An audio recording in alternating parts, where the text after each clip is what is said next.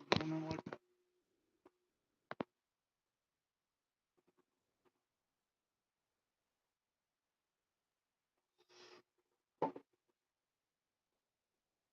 Retrospect, I think that, honestly, I think it's kind of true.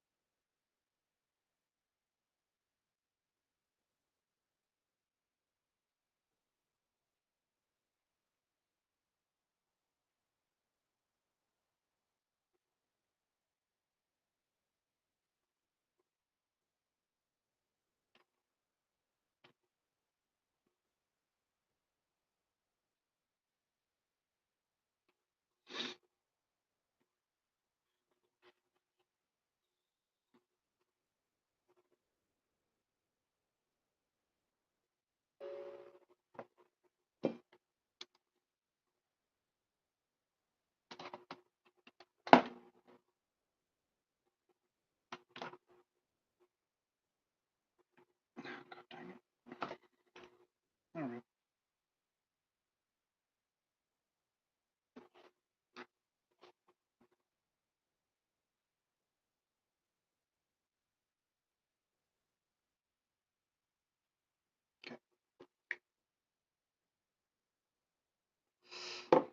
Now I just need people to fucking talk.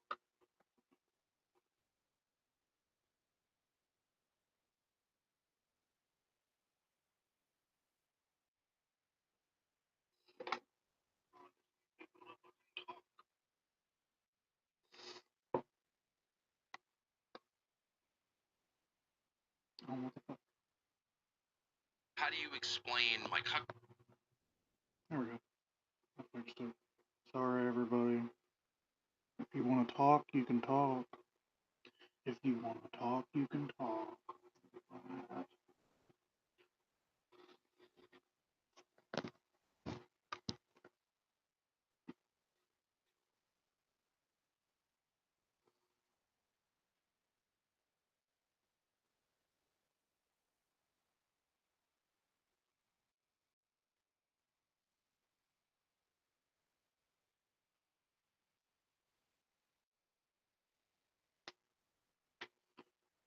Hello, everyone. Just letting everybody come in. We are talking about a lot today.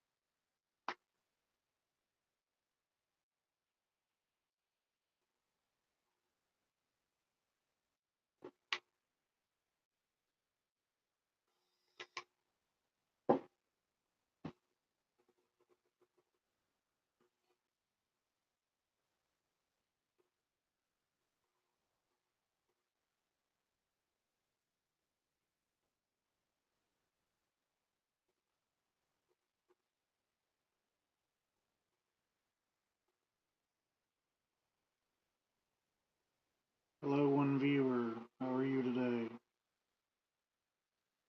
I know this camera's shitty, but if you want to come to Kick,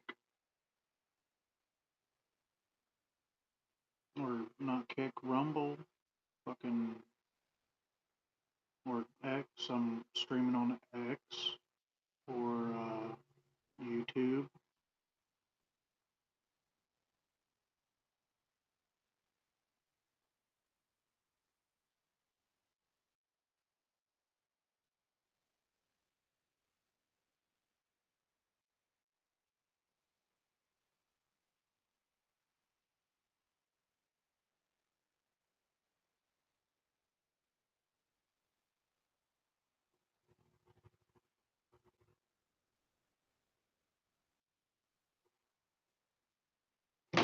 Oh, motherfucker, dude.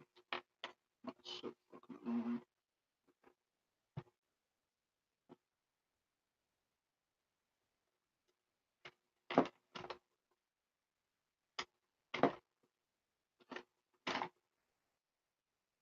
Whatever. Somebody say something. I want to talk about this shit.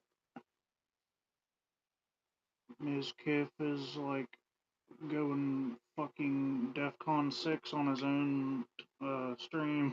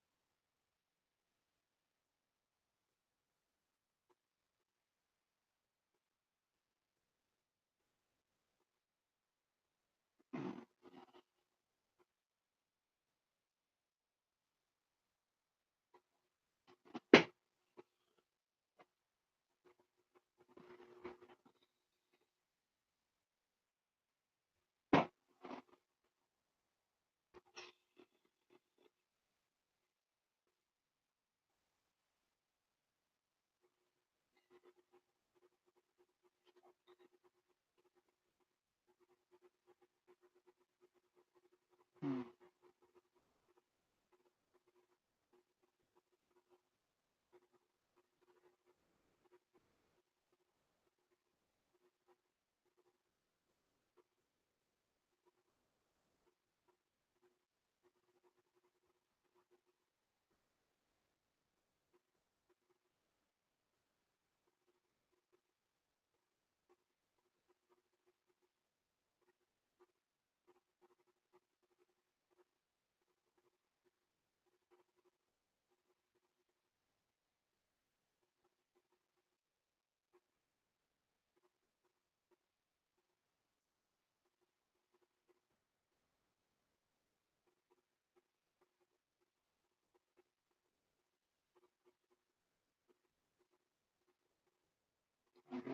something on YouTube.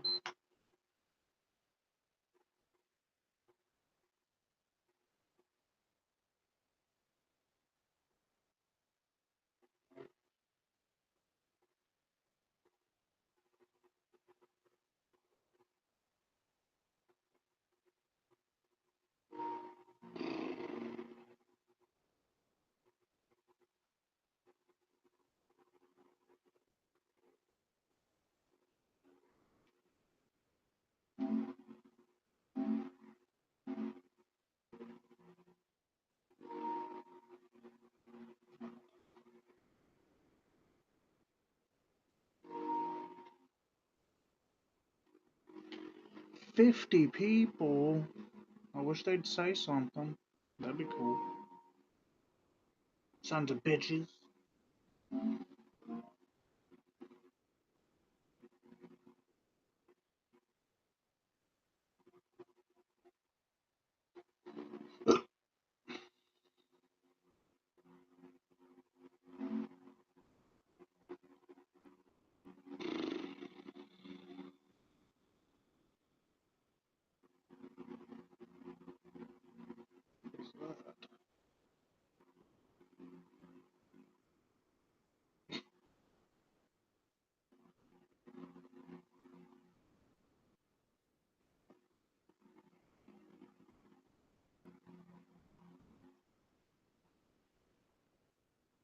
Oh, fuck.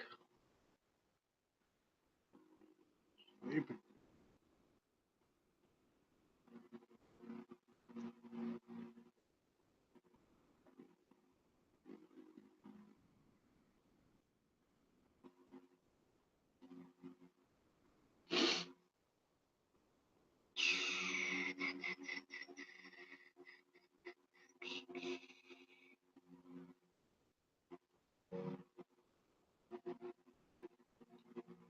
Oh, fuck.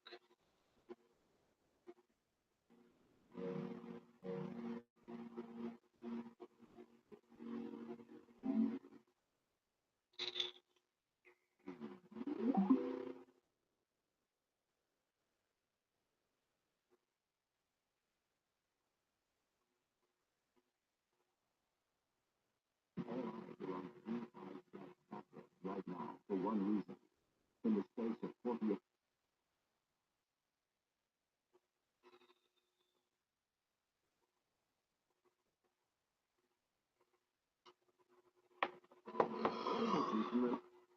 Motherfucker, what are the always do?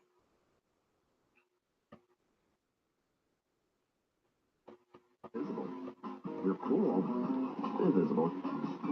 And your hot tub, that new dance lounge, and your hammock. Don't let your vacation rental be invisible. List it on Booking.com. Get seen, get booked. On Booking.com, Booking.yeah. At Lundberg, when we find ducks' nests in our fields, we hand carry their eggs to safety. We've saved over 30,000 of them. If we care this much about ducks, imagine how much we care about our rice. Lundberg Family Farms, ducking good rice.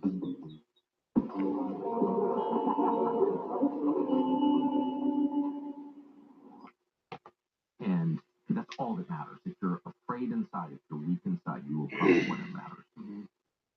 So I always felt like, wow, Joe, grateful and everything, of course, but I was like, this guy is really sincere. He's a good person. And then you show up and you're like, he's a CIA officer, and I'm gonna what the CIA contractor, but like really like crush the guy. Like, why of all people, you agree on 90% of stuff? You know, that was my view. But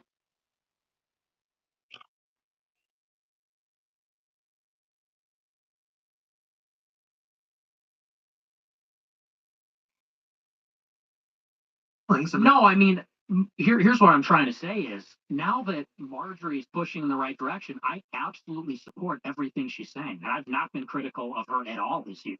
Because I think that what she's just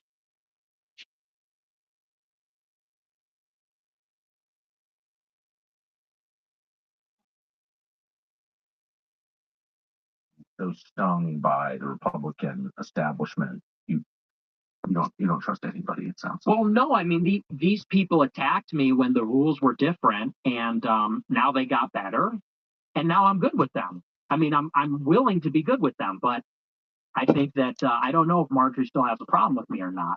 I don't know. I do know, though, and this is the last criticism I will level, and it's maybe not even your fault, but I do know that, the coordinated attacks against totally reasonable questions about what's in America's interest and what's not, those are all coordinated by the Israeli government. It's all come to light now. And they're against me. I've always thought I have the world's most moderate position on Israel. Don't hate Israel. Just don't want to get involved in their wars. Don't want to pay for this. Don't want to pay for abortion on demand in a foreign country. Sorry. When we're cutting food stamps on our own, like, that's outrageous. It's not America first. That's my view. Not embarrassed of it at all.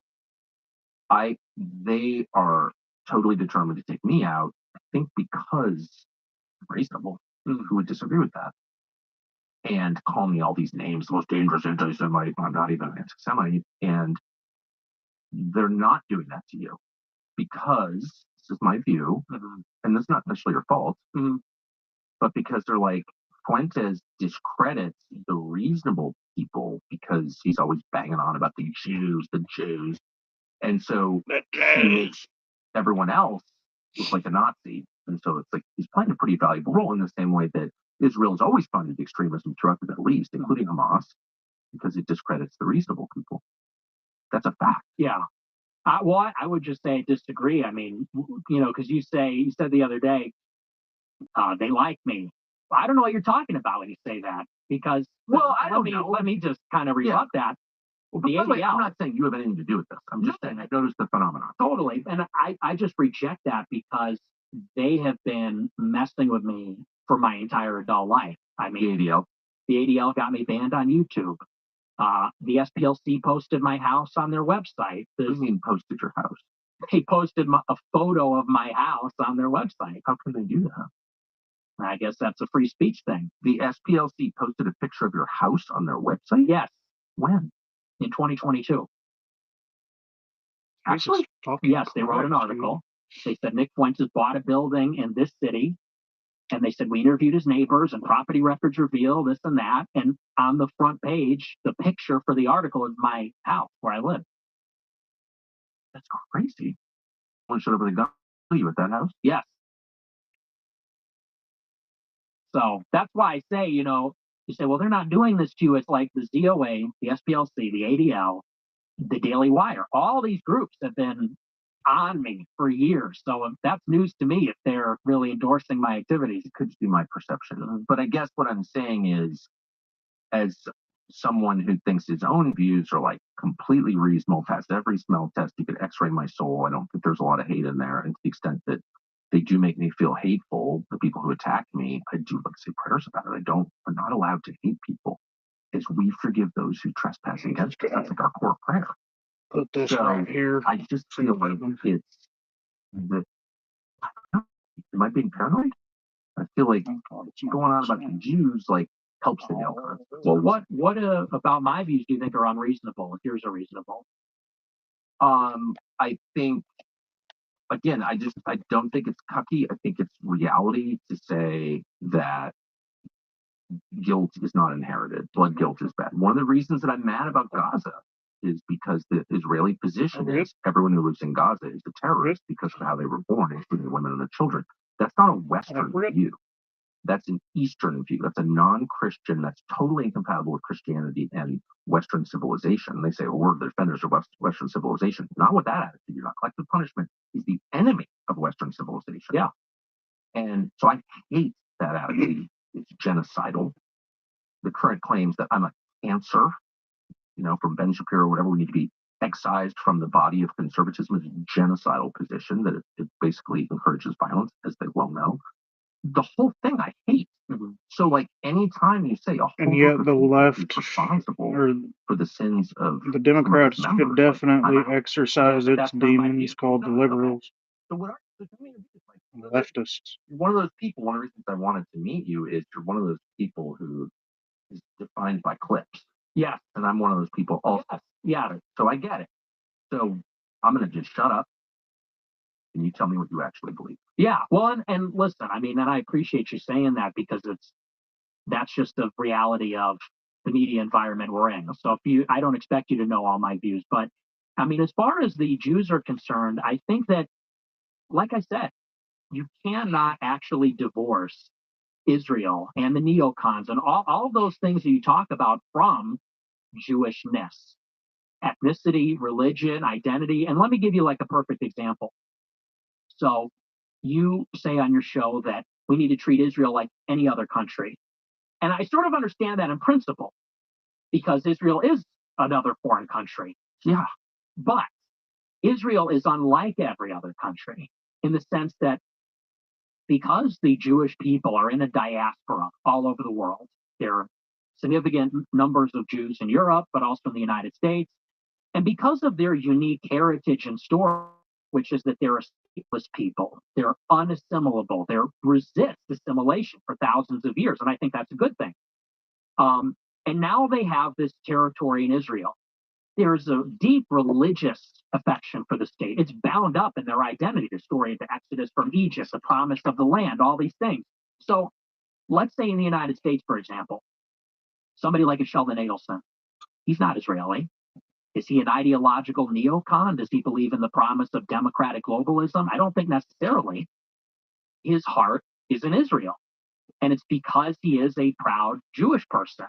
And I guess what I'm saying is that if you are a Jewish person in America, you're sort of, How do I lose a it's not view? because they're born, You just stay but there. it's sort of a rational Doesn't make any self-interest sense. politically to say, I'm a minority. I'm a religious ethnic minority.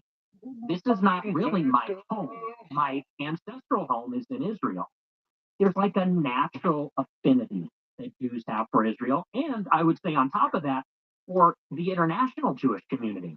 They're extremely organized. Many of them are critical of Israel or Israel's current government or the project of Israel.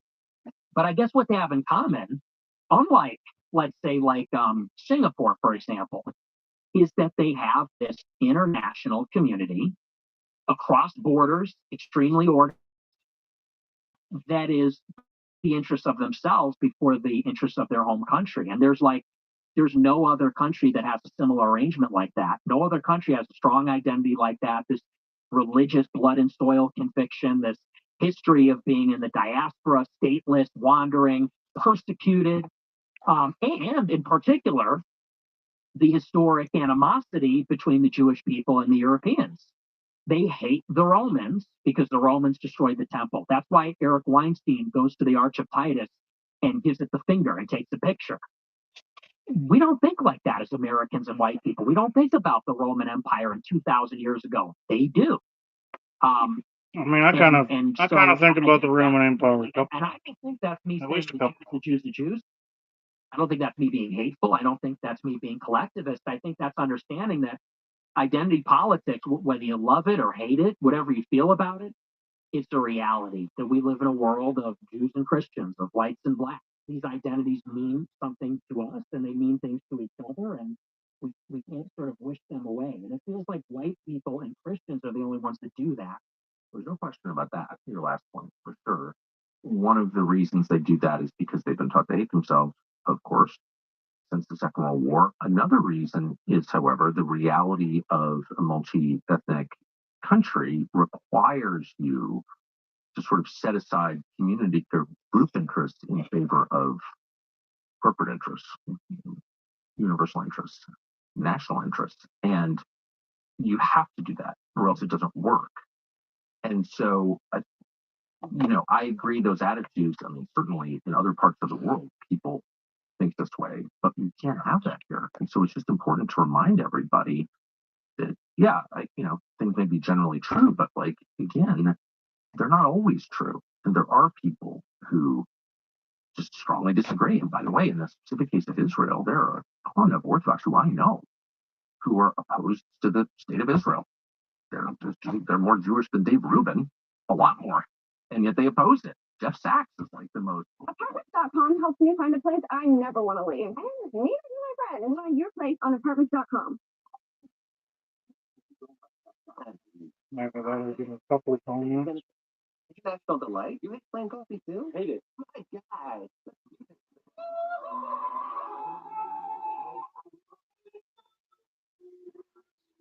just be free. First respond to on cruise vacations every day. Get free cruises for 2 on select dates. Book your cruise now at GovX.com. Or a wonderful man, the most Jewish, the most articulate critic of the state of Israel that I'm aware of. So, like, I don't know, that's just meaningful. You can't, if everything is inherited, then there's no hope for the continuation of America. Mm-hmm. Do you see that? Yeah, I don't think it's genetically inherited. And what you're saying about putting aside the tribal interest for the corporate interest, yes, that's absolutely the case. And that's the only way the country's going to stay together. Exactly. That's my concern. And I absolutely agree with you. I would say, though, that the big challenge to that is organized Jewry in America. I don't think Bill Ackman is capable of that. I don't think Sheldon Adelson is capable of that. I don't think Yoram Hazony is capable of that, for that matter. And many other, on the right and the left. And I see Jewishness as the common denominator. And you're right, it's not all Jewish people feel the same way. No one would say that, but that does seem to be the common denominator. And I just feel like it needs to be called out explicitly. And I like what you said the other day. If you're serving in another country's military or have dual citizenship, you really can't be a part of this project. Well, that's an easy one. But I am much more comfortable as a Christian and an American keeping it on that level because, it's easy to just set universal rules that apply to everyone, not just the Jews or the Christians or the anybody, just like Americans can only serve in the U.S. military or they lose their passport. I mean, I don't know. That's not hard. And I don't know. Why not just say that? Say what? Why not make every statement about how Americans ought to behave applicable to all Americans? Like, it's the defense of universal values that will hold the country together and the emphasis on parochial group values that will break it apart inevitably. Because this is a particular, and it's acute. Like I said, I think they are unique in that way. I think that's a unique issue, especially in the Republican Party, especially in the conservative scene. So how would you like this all to be resolved?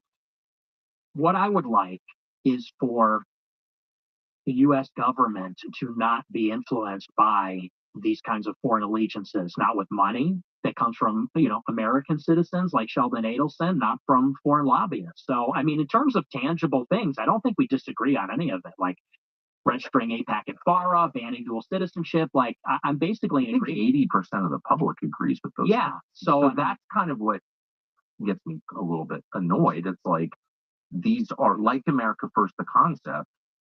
It's the most popular, self-evidently true idea you could have. Don't let foreign powers, especially tiny ones far away, control your country. Like, of course not. Everyone agrees with that on both sides. Yeah. So the trick is not to let that idea get subverted. Does that make sense? Yeah, and I think we agree on that. But it's subverted when they're like, that's hate. No, that's hate. Not hate. Yeah. Well, and here's what I will say. I think that there is increasingly a contingent, because what you're talking about exists. When you say that there are people that legitimately detract from this, there is legitimate racial hatred out there, big time, and it's growing. And I know people on our side are afraid to talk about it because they know, like you said, they're going to get called a cuck or a squish or whatever. And I agree with you. The people that are detracting from that need to be called out. And I think there should be no harbor for cruelty, hatred, prejudice, those kinds of things. And some of them, I'm sorry to be a conspiracy nut. I really try not to be a conspiracy because it's embarrassing, But after January 6th, and just finding out the number of FBI personnel in the crowd, it's like, and I've just seen this. David Duke is a great example. Some of these are the Charlottesville rally. Yeah, had a bunch of feds there. Being like, we're white supremacists. We hate almost 80 people haven't said a single word.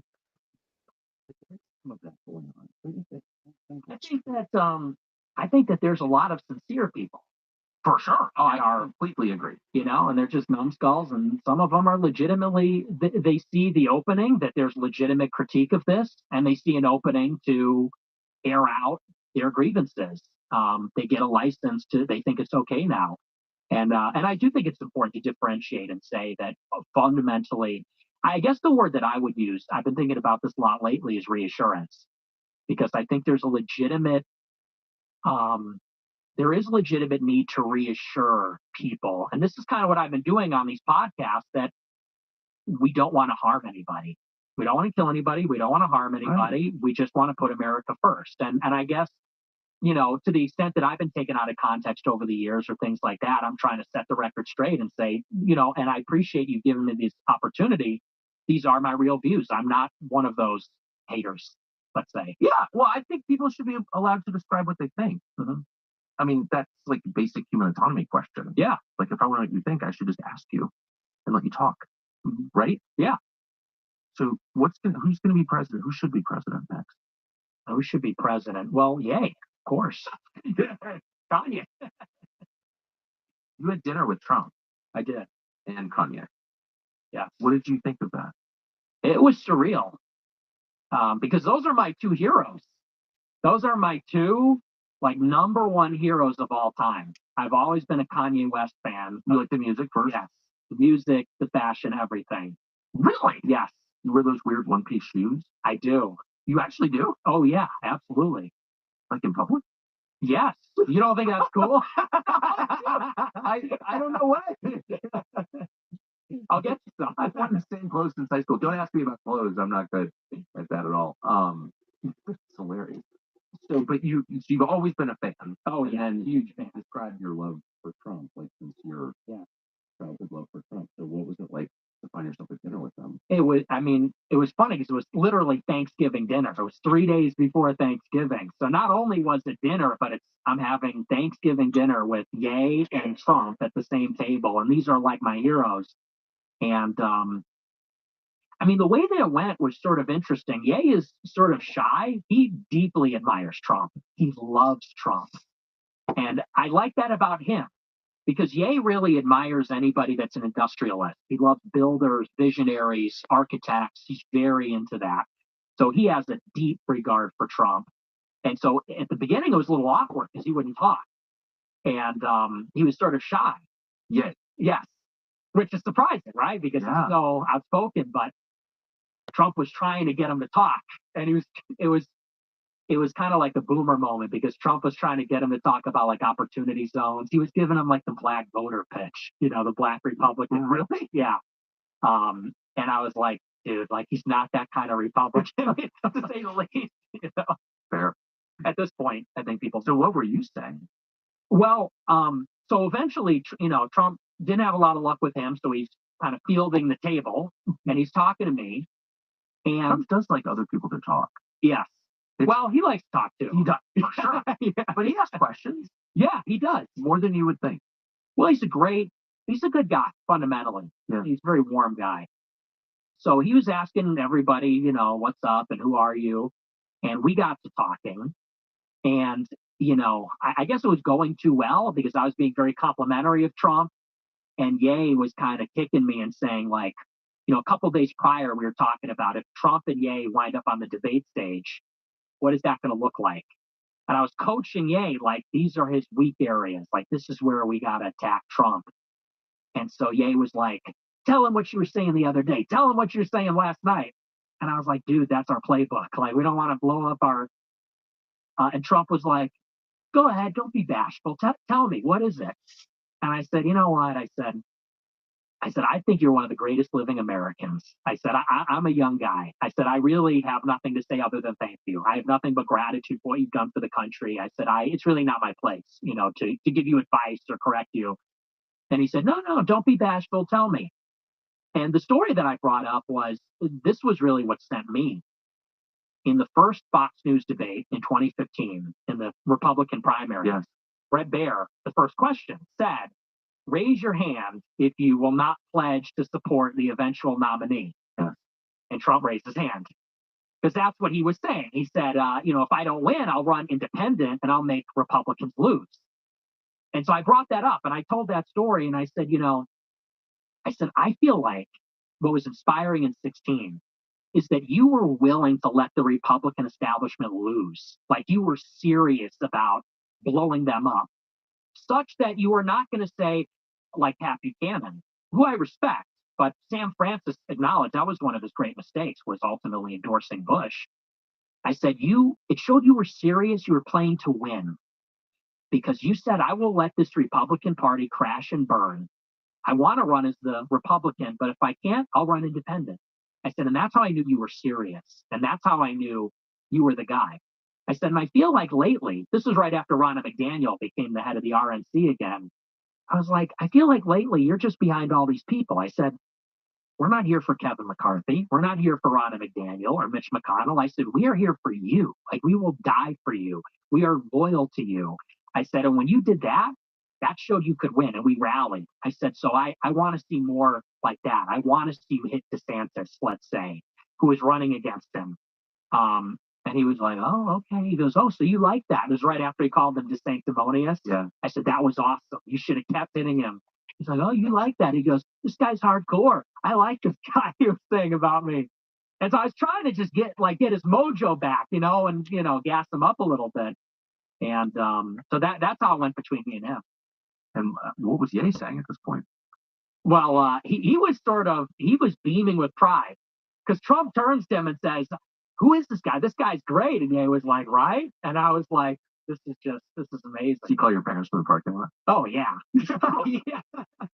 You'll never believe. Yeah. I try never to think like, how will this be perceived? It's better just to like be as honest as you can be all the time.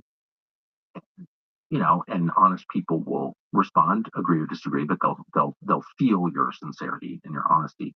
But there are always people who are going to like distort it. And I recounted basically the Christian gospel at Charlie Kirk's memorial service, and I was like, "You're atheist." I literally didn't have one thought about Jewish people. It had nothing to do with that. It was whatever. So, but I was thinking about this conversation, which I'm sure I can't imagine what that in the ways that it'll be distorted. But I do hope that people who want to learn what's happening and who you are will watch the whole thing. Probably naive hope that it won't be reduced to whatever you're saying something naughty and me laughing. It's either both Nazis. I mean, that's going to happen, of course. But I'm willing to take that risk because I just think it's important to know you're clearly ascendant. You're enormously talented. You're more talented than I am, for sure, as a talker. So, and there've been a lot of attempts to silence you and it hasn't worked. So my calculation, I'll just be as blunt as I can be, is like, I don't want to have Fuentes on. It was good. But you're a Nazi just like Fuentes. Okay. But then I'm like, I don't think Fuentes is going away. Ben Shapiro tried to like strangle him in the crib in college, and now he's bigger than ever. So it probably would just be worth hearing what Nick Fuentes thinks. I just want to be transparent about my motives here. Yeah. So those are my motives. Let me ask you, I referred earlier to the assassination attempt against you, and it's very fashionable, among like the permanent victim class, like every BLM leader was, oh, they're trying to kill me, or Seth, whatever, from the Babylon Bee, people are trying to kill me, and people use threats against them, which are like daily for a lot of us, as a way to kind of make themselves unassailable or immune from criticism, or to attack their enemies. Your words inspired violence. What is stochastic terror? I can't even pronounce it. It's like some academic term, whatever. But you had a real assassination attempt, like an actual one, in which got no publicity that I recall. What happened? Yeah, well, it was after the election last year. I put out this, and I said, "Your body, my choice" on election night. And I wasn't. Look, I'm not going to apologize for it, but I thought it was like a weak, just like a lame joke. It's kind of like the most obvious turn of phrase. College joke. Yeah, so I wasn't. I had other good jokes that night, but that was like the one that caught on, because I just think it captured the imagination of liberals who were like, "It's over for us," right? Which it kind of is, but in some ways. But so I put that out there. I didn't even vote for Trump, but I put that tweet out for. I didn't vote at all. I just recused myself. But that's just what makes it ironic, because I became in some ways emblematic of the election, even though I didn't participate. But so it got 100 million impressions on Twitter, and people were saying on the news that kids were saying it in school. It was on like the news that in middle schools and high schools, the boys were saying that to the girls, "Your body, my choice." So it became this thing where it's like, he's creating this toxic environment for women. So the internet lost its mind, and people then started posting my address because they were so unhappy with the tweet. And so on TikTok and on Twitter, a screenshot of my address, my phone number. I'm supposed to be telling you how London family farm rice is organic and never free. It's not so late until I tell you the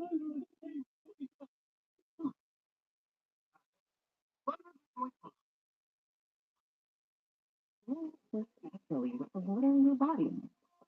Free and gas, good for your mood.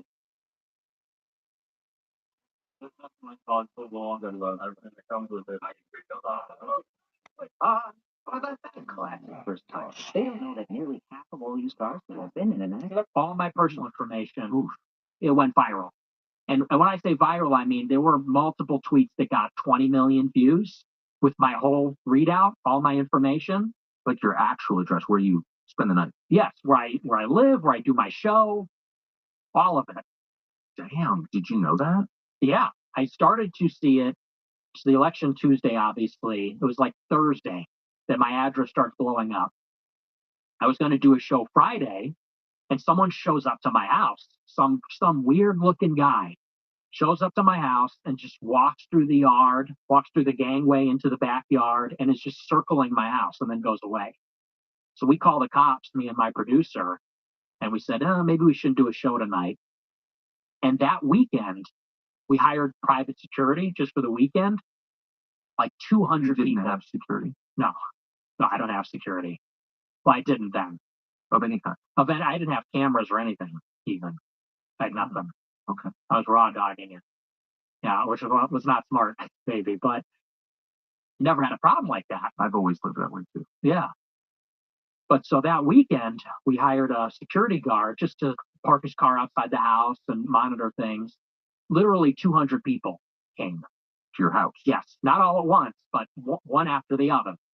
Driving by, yelling, walking by, throwing eggs. Multiple people threw eggs in my house, ordering pizzas, ordering DoorDash, whatever, walking through the gangway. It was like a war zone. Like the security guard was yelling at people all night, and it went on all weekend. And then it went on throughout the next week and the next weekend.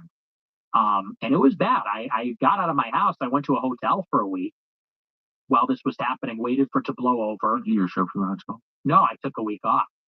Wow. Did you lie down any of this in public? No, I had to keep it very. Why? I didn't want to track more of it. Yeah. Because if you say, oh, they're here, then people go, oh, no, we got to keep up the pressure, right. or turn it up. And people at that time were talking about burning my house down. Like on TikTok, there were viral videos of people saying, we're going to burn his house down. And then they doxed my parents' address. People are showing up to my parents' house. Oh, damn. It got really bad. And eventually it just blew over. About a month passed. And at that time, so it was like late December. It's actually funny. It was December 18th. I remember it because that's an important date to me. Why? And it's Joseph Stalin's birthday. Oh, I'm a fan. You're a fan of Stalin? Mm-hmm. Always an admirer. But we don't need to go into that. Okay, let's get back. We'll circle back to that. It was weird because the reason I mentioned that, it was almost like, because I woke up that day and I was like, oh, it's December 18th. And I was just like very acutely aware of like, today's like a strange day. This is the day that the attempt happened. And so nothing had been happening for weeks at this point. So election's like what, November 3rd, month and a half has passed. Nobody's coming to my house anymore, rarely. And I'm doing my show like normal.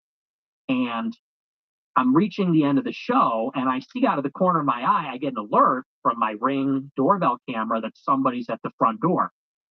And so I'm reading through my super chats. I'm going through live chat on the messages. air. Yeah, I'm live. And, I'm working through the messages, and I'm keeping an eye on it. And I see that this guy has a loaded gun. The guy's standing. Yeah, well. So you're live, and you see that there's a guy with a gun outside your door. Yes. He's got a motorcycle helmet and a backpack. He's got a gun drawn, and he's knocking on the door yelling. And the thing is, I didn't want to tip him off that I knew he was there. because I thought I don't want him to get the drop on me or something. I just didn't want to give him any information about, because I don't know if he's listening to my show. If I start freaking out or cancel the show, I don't know. Maybe he knows more about my movements inside. So I keep the show going for like a minute and I wrap it up very quickly. I finish the show. My producer comes running in and I say, "Who is that? What's going on?" And he goes, "Oh, I called the cops. They're here. The guy's gone." I said, "Okay, good." So I start getting changed out of my suit and I hear gunshots go off outside. Damn. Yeah. And I literally like jumped to the ground because I'm like, I don't know what's happening here. And I step outside for a minute after the dust kind of settles, and there's like 10 cop cars all up and down the street, and they have the whole block locked down. Police tape everywhere. There's like a dozen cops. Like I said, the whole block is shut down. The alley is shut down. And they go, "Get back inside, get back inside." We have no idea what's going on. We have no idea what happened. And they wouldn't let me or my producer leave until the morning. That's how late they were there. And finally, at the end of the night, after all the cops left, I came out in the very early morning. Did no one come and explain any of this to you? No, nobody said anything. Yeah, it's ridiculous. And finally, I go out in the morning and I asked the guy, "Oh, okay, what happened?" He told me the story.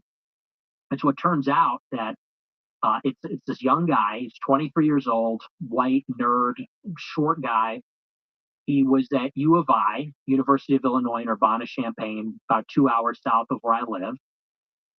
He killed 3 people earlier in the day. He went to his roommate's house, college roommate's house, killed his roommate, killed the sister, the guy's mother, got in his car and drove directly to my house, parked outside my house, got out a .22 pistol and an automatic crossbow. Weird choice. And he knocked on the door, which is where I saw him. He went around the house. He tried the back door, tried the front door. I'm sorry, but I'm pretty sure the cops automatic pulled up. crossbows don't He took exist. off running through the gangway, hopped the Unless fence, you're ran into the neighbor's house. I guess he went into the neighbor's basement because the door was unlocked. He was hiding from the police. He shot 2 of their dogs, which is devastating. He runs back outside, and the cops see him. He shoots at the cops. The cops shot him in the face, and he dies on the spot. What was his motive? They never told me. To this day, I have no idea. They never told you? No. So what contact did you have with the police after this? They came by about a week later. Illinois State Police came to retrieve the ring camera footage of the whole incident. And so they had me download that onto a thumb drive. And that's it. I never heard from the cops, never heard from the government. At all? No, nothing. A guy comes to murder you. He's murdered 3 other people and 2 dogs. He gets shot to death, and no one bothers to tell you anything? Nope, nothing. Is it really a country at this point? No. I mean, it's ridiculous. And so what was his motive? Do you have any idea? I have no idea. So the story that I read online, because obviously the news followed up on this, and they said that, so he was like 5'5". I guess he was involved with drugs, actually, with his roommate. They sold drugs together, something like that. They had a falling out over the drug money or something like that.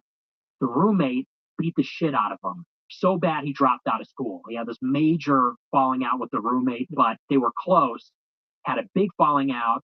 The shooter took him to small claims court over some money. And I guess this guy was just in a downward spiral. He lost his job. He got in a hit and run crash and ran from the police. Then he was swearing at the cops when they showed up to arrest him. And I guess his life just kept getting worse and worse and worse. I assume he took it out on the roommate and popped off. Yeah. Killed the whole family.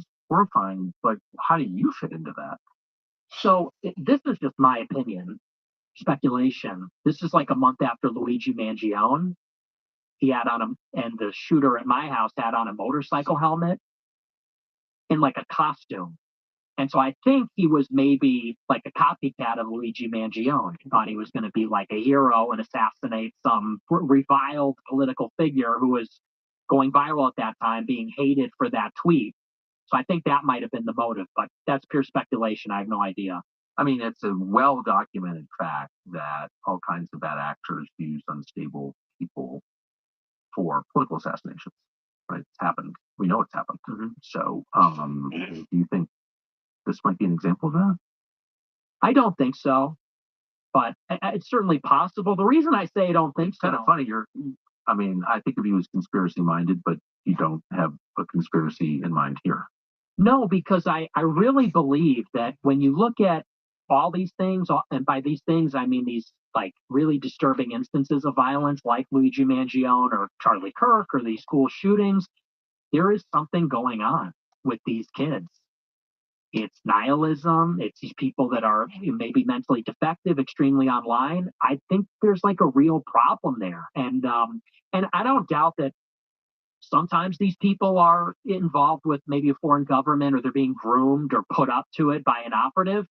But I think to assume that it's always that ignores that, like, there's a very real problem of nihilistic, surrealist violence that comes from young people. And, like this guy it's a triple homicide out of nowhere. And then he tries to kill me. I think he's just went crazy, but I could be wrong. Describe the circumstances that have led to this violence. Like, how does a normal young man, go from being a normal young man to being a murderer?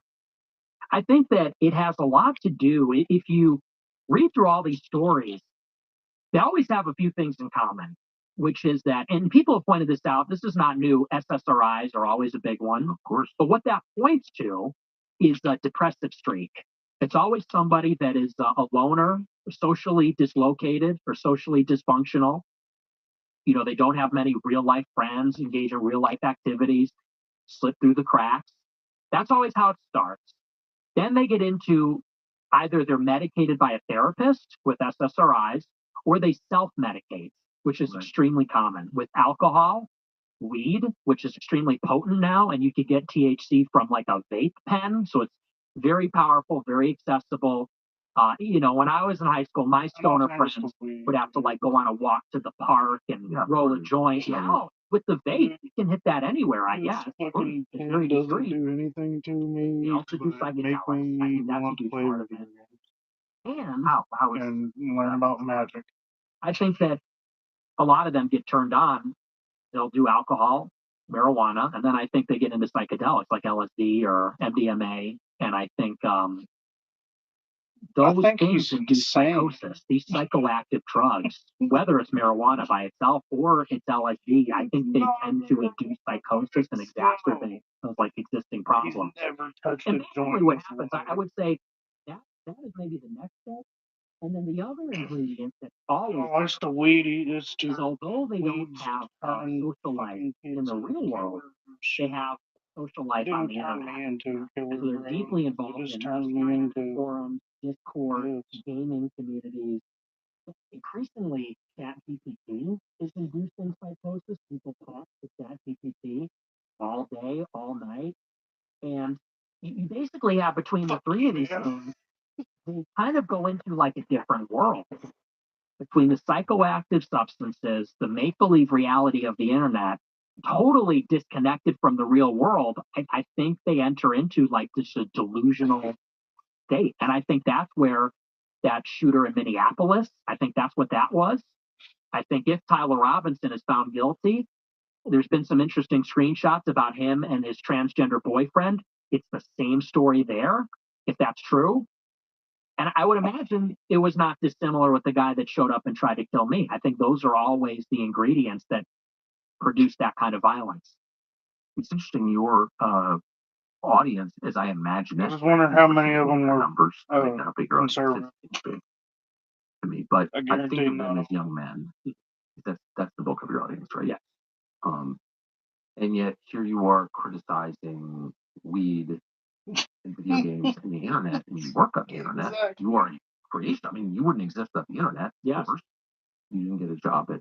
I mean, granted, yes, the internet is a suspect. What kind of reaction do you get when you criticize weed, gaming, and the internet to young men? As much as it breeds wisdom. A lot of them agree with it because they get it. It's their life. a lot of them, that's their life. I at least use the internet to Another thing we need to bring up is the porn. as much as I can. Is there also. This is their life. Weed, gaming, porn. And I think they know it's bad. I think they know there's like some sense of guilt. And so it's interesting. I would say it's maybe an 80-20 split, where 20% say, oh, you're against weed? Not cool, man. It's just a plant. Well, they're very defensive about it, about these addictions. And I think 80% say, I know I have a problem. Like, I have a guilty conscience. I know it's bad. I know it's terrible. Why are you against it? I know it's not good for me. Because I think that it's compromises the integrity of your mental faculties. I think there's something deeply wrong with that.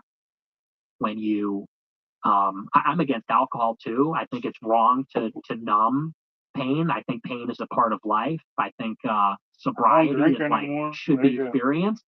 And I think that weed is even worse because I think that one, it's very dangerous. There's a lot of numbers now out of like California and Washington that people are going to the hospital. Delta and then you're fine. People are going crazy because of. It's also more subtle and therefore more insidious. Like you can't, I've done it. If you have a 12-pack for breakfast, like everyone knows. But if you take a hit off the dab pen, like nobody knows. Mm-hmm. So you can use it all the time. Yeah, and it makes you a loser. It makes you lazy. People that are addicted to weed are not motivated, don't care about anything other than weed. There's sort of like an irony there where I used to hang out with a lot of stoners in high school. I never smoked weed, but all my friends did. And they were so chill and relaxed and didn't care about anything. But if you criticized weed, they would freak out and get extremely defensive. Yes, I've noticed. Right? If you insinuate, see what fellas that you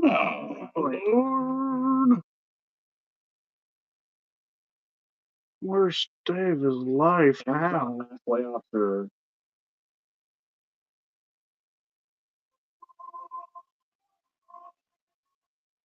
In a sweeping layoff, Amazon is getting rid of 30,000 people in the. Nobody cares.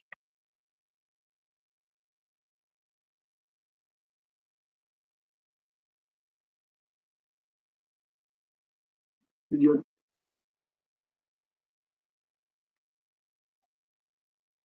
algorithm is sucking.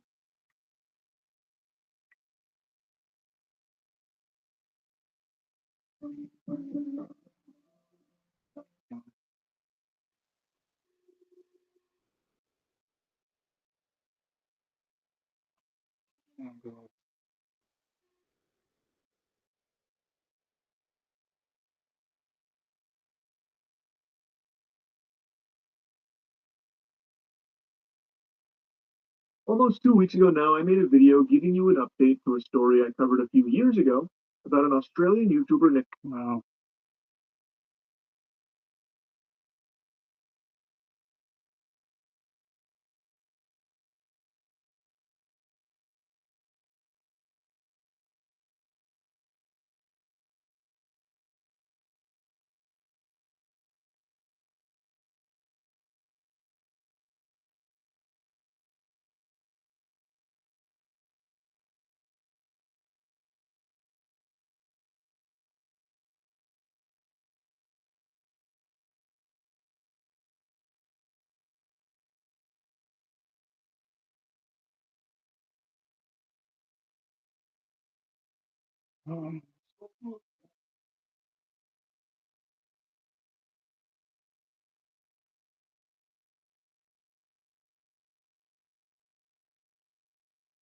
Wait that it Say no to. Oh my God, dude, come on. wait that it's love.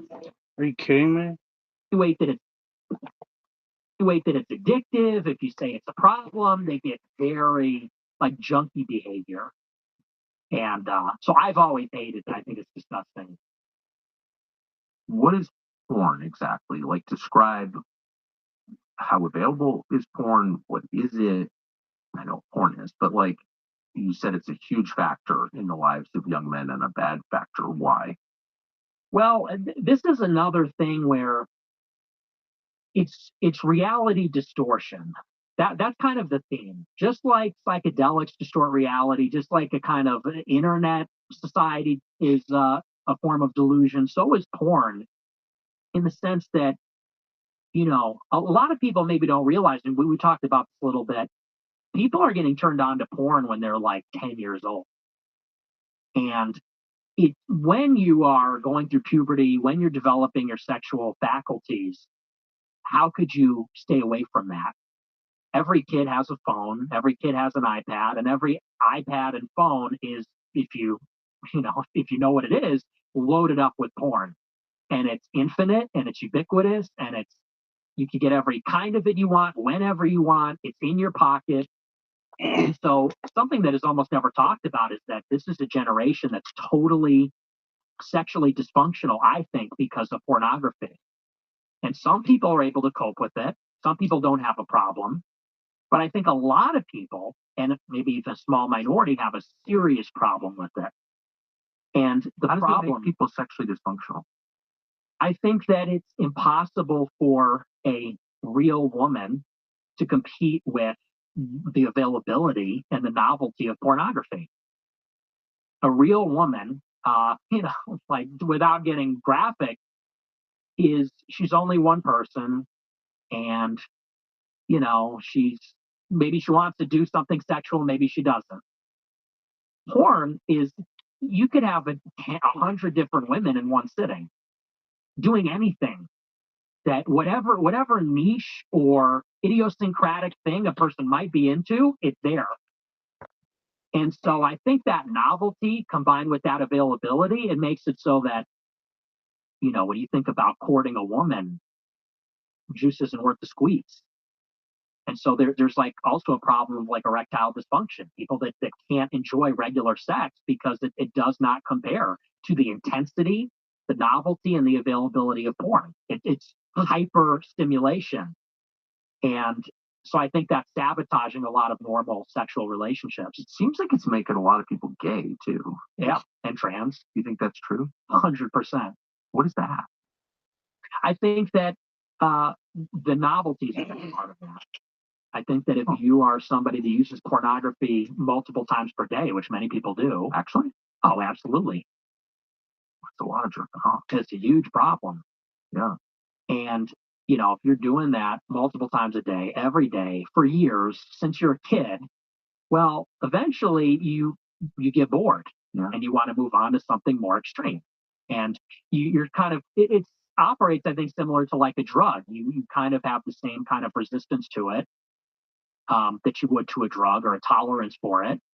And you're always chasing that initial feeling the first time you used it, or the first time you saw a certain thing. And I think eventually you just chase more taboo, more transgressive. And I think maybe some people are more prone to that than other people, going in a really good direction. How Charlie Sheen got AIDS, actually. Yeah. Through just being jaded and looking for something more transgressive. That's just a fact. And there's something too about what it does when you look at it. Because people don't realize that it is a fundamentally different experience being involved in intercourse versus watching other people have intercourse. And I think that actually does something to you. Tell me, what do you mean? I think that, for example, I think Steve Saylor has written about this, that there's multiple kinds of transsexuals. And he says that one kind of transsexual is somebody that likes the idea of seeing themselves as a woman. It's autogynephilia. Yeah. And I think that, one of the theories for that is you watch a man having sex with a woman that isn't you so much, you kind of achieve an identity with the woman in like a weird, sick way. You almost identify with the woman. And so there's weird things that happen when you're watching that and having such strong emotional and sexual experiences with it. That's fascinating. I've sensed for a long time, having had a lot of young male employees mention porn as a problem. I mean, the big porn companies give visibility to foreign intel services on the back end. So that means people know what you're looking at. There's likely video and audio of you watching. So that, that's like so it's such a deal killer for me. I'm not a huge expert on the topic, but I have always sensed this was a huge deal, but I've always been too embarrassed to do a show on it. Mm-hmm. But it sounds like you're describing something that's everywhere, that affects everybody, and that is, do you think it's related to the there's a huge decline in like actual sex and relationships and marriage, screwed up dating. All of this derives in part from porn, do you think? I think it's a huge part of it. It's a huge factor. And it's even on the other side too. It's become so destigmatized for women to actually participate in porn. Only people don't even recognize that OnlyFans is a whole separate category. It's an innovation in the realm of pornography, because you have what everyone knows as porn, which is like videos of porn stars, like dedicated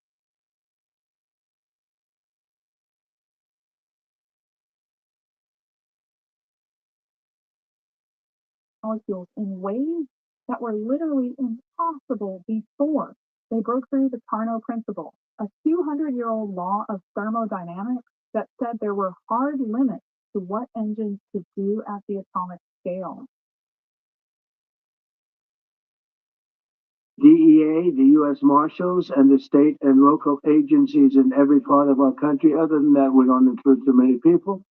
That's a hell of a group, isn't it? Huh? When you think of it, that's not a group you want against you. Certainly not at one time. In addition to the task force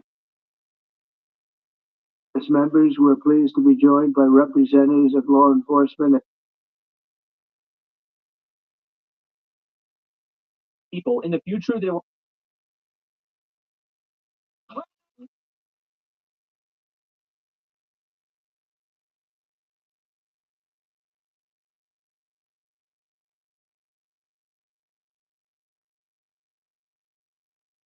Grammar duties like monitoring foreign media and transcribing very dull conversations.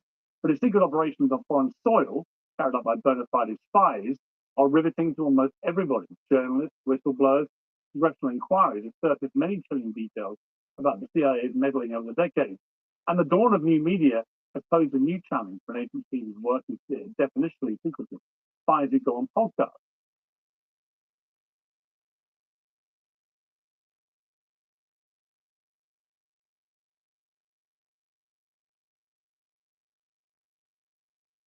It's okay, son. He has wits about him. He's just directing.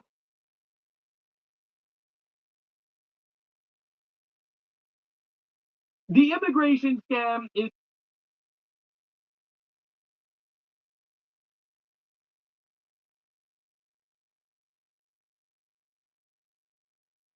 There's a Headline. Whether you're a professional technician or Immigration system is falling apart. The immigration scam is falling apart in real time.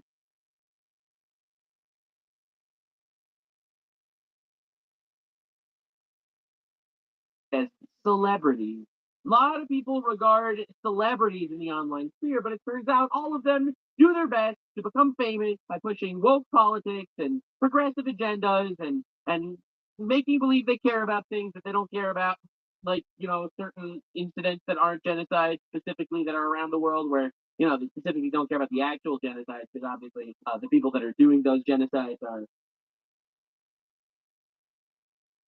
Gardening is bad, make it. Tectone is bad, make it. Feminism is space, make it. Just yeah. Allegations of covering of sexual assault, allegations of sexual assault, allegations from multiple women, allegations of stalking women, allegations of harassing women, allegations of regulating women every single time. Now, you can definitely follow me on Twitter, guys, about content on all of Twitter, but you should also take note that people got really upset at me. People got it, well, not in the comments so much, but mostly like people screenshotting it and stuff.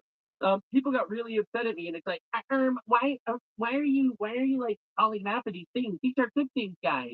These are good things, guys. These are male feminists. What do you mean? What do you mean, guy? What do you mean? Well, so I got some people noticing the male feminist playbook, which is true. But I get infinite amounts of people trying to shit on me for saying that. Are you saying that all of these things are bad? No, I'm kidding. Obviously, I'm not saying all of these things are bad, but I do think the whole progressive values in politics, respect their women, collaborator of female streamers, tends to very often be some sort of facade. All right, it's almost always these guys, because I'll give you an alternative, because people were pissed at me for this, but I'll give you an alternative. if Mizkif, instead of doing this whole whoring around thing, would have instead, married someone and built a family with her and never collabed with other female streamers, sitting on his lap and painting his face and shit or whatever they were doing, this wouldn't have happened. He would actually be having a wonderful life right now. Yeah, that's right. He made fun of Charlie Kirk's assassination. Obviously, it's the virtue signal crowd. He has the correct opinion, guys. He has the correct side of politics. What do you mean? What do you mean? He's just a guy that's so progressive and respects women so much he'll only rape some of them, allegedly. So I'm really glad that we're covering this, and I'm going to cover it from the perspective of an outsider because I don't really know Mizkif personally. I don't really know Emiru personally. We've spoken a few times, but I don't really know her personally. So I'm going to do my best as a third party, but I will tell you that I actually spoke to someone who was making a giant merch company. That I'm probably going to have merch soon, by the way. But I was talking to someone who made a merch company, and he said, "Oh, wow, I know streamers, I know Mizkif. Did you have any contact with Mizkif? I think we could work well together." And I told him, and this was during the Mizkif, collaborating with every woman on the planet era, before he ever got into controversies. And I said, "Look, I'm going to tell you right now, there's something's going to come out about Mizkif. All right, something's going to happen. It's inevitable." It's kind of inevitable. He's like the male feminist. He's super progressive, and he hangs out with every woman on the planet. Something's gonna happen. And well, I mean, listen, I'm not. Well, something happened. So it all started in the end of 2022. So at the end of 2022, Trainwreck made a tweet. All right, this is just some extra lore. Are you going to send Maya and Mitch to railroad and blackmail me like you did to those girls to cover up all the sexual assaults, you fucking scumbag piece of shit? You went to come at me and make shit up, then you better be sure you don't live in a glass house, you insecure pussy. This is a response of Trainwreck to Mizkif, who is basically saying, gambling is immoral. Right? Now, to be clear, I think gambling isn't moral. I don't think you should gamble. I don't think it's good or healthy for you. I don't think you should gamble. Will I take a gambling sponsorship? Maybe, because it'll probably make me a lot of money. But I don't think it's healthy or good for you to gamble. It's not. It's not a good thing, and I'm not going to make believe it is. So, Mizkif does this whole gambling bad virtue signal, and Trainwreck's like, you really gonna do this, bro? And you're out there fucking hiding sexual assault. Now, this was a massive controversy drama at some point. And eventually OTK, which is the company that these woke streamers all got together. This was back before Asmongold became political. This was where they were so cool. They were all hanging out with all the girls and the guys. It was amazing. And OTK basically made a fucking this. This was the size of the font. God damn it! This was the size of the font, man. Essentially saying we stand against sexual assault and we're looking into it. And it seems like something kind of happened. These are allegations. We're going to investigate it. Blah blah blah. Anyway, now the reason why people found it suspicious is because this is kind of sort of admitted it. This kind of admitted that this was going on, which is definitely a twist. No one saw this one coming. Turns out the largest enemy of the Mizkif was the Mizkif himself.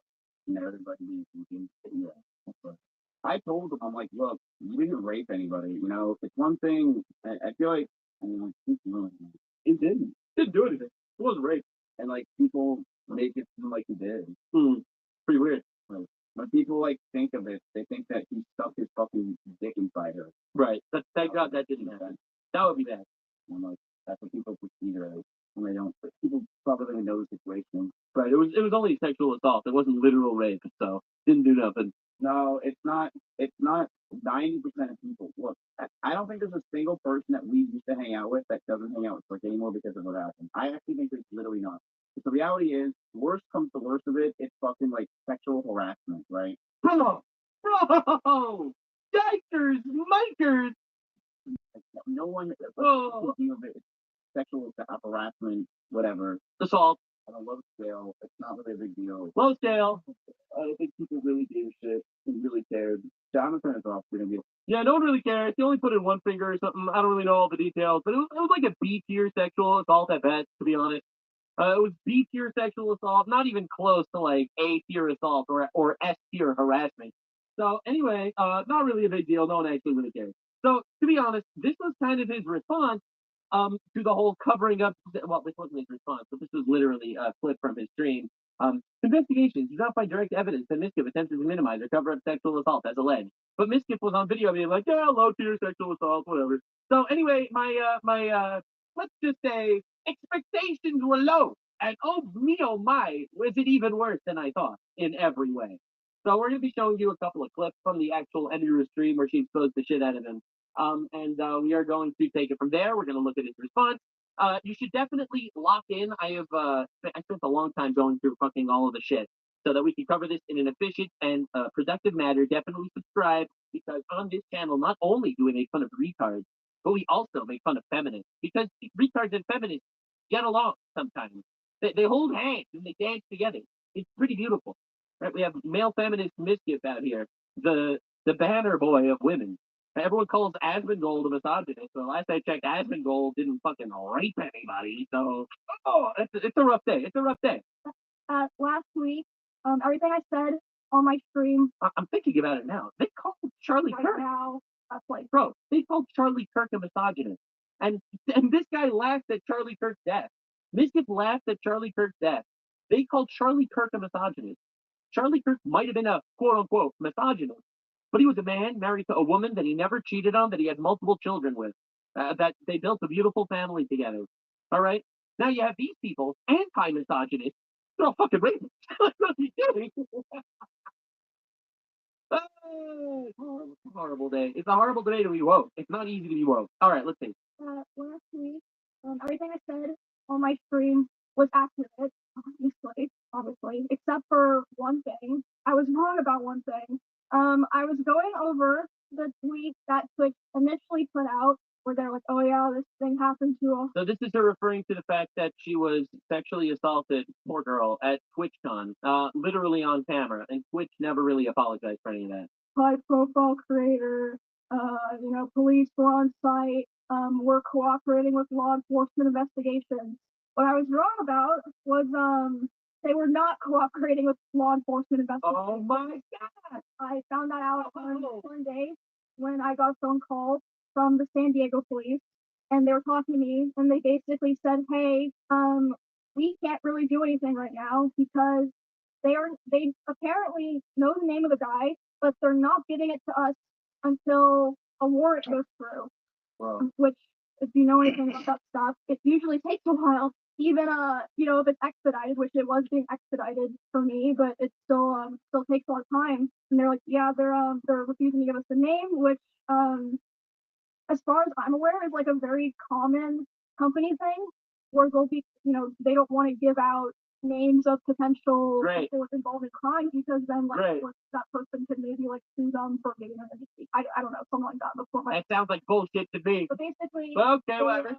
Twitch was trying to make sure that the guy that assaulted me didn't sue them, which meant that the police were not able to work on the case right away. So yeah, I got a call about that on, I believe it was Monday, from the San Diego police. They're like, yeah, we're working on the warrant, but right now, that's all we can really do. But we're trying our best. Just we'll let you know. We're gonna keep working on everything. I was like, okay. I was very frustrated. I was like, damn, I didn't know that on Saturday. I would have said that if I knew that. No shit.